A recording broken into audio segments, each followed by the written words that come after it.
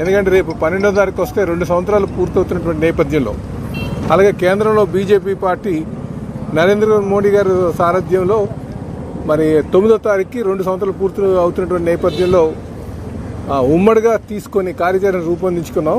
దాన్ని ప్రజల్లోకి తీసుకువెళ్ళాలి అని చెప్పి నిర్ణయం తీసుకున్నాం అని చెప్పి ఈ సందర్భంగా తెలియజేస్తున్నాం. అలాగే ఇందులో 3 పార్టీలు కూడా రేపు 9వ తారీఖున తిరుపతిలో వెల్ఫేర్ మీద, అలాగే 12వ తారీఖున అమరావతిలో గవర్నెన్స్ మీద, 15వ తారీఖున విశాఖపట్నంలో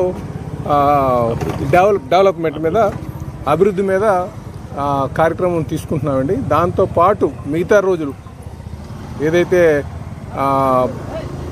13వ తారీఖున 16, 17, 18, 19, 20 తారీఖున డిస్ట్రిక్ట్ లెవెల్లో అటు మంత్రులు, ఎమ్మెల్యేస్, శాసనసభ్యులు అందరూ కలిపి ఈ అభివృద్ధి కార్యక్రమాన్ని తీసుకెళ్తామని చెప్పి తెలియజేస్తున్నాం. ఆ స్కెడ్యూల్ అంతా కూడా మీకు త్వరలోనే రిలీజ్ చేస్తాం. మీకు ఈరోజు ఈవినింగ్ కానీ, లేట్ నైట్ కానీ, లేకపోతే రేపు మార్నింగ్ కానీ పూర్తిగా ఈ స్కెడ్యూల్ అంతా రిలీజ్ చేస్తాం.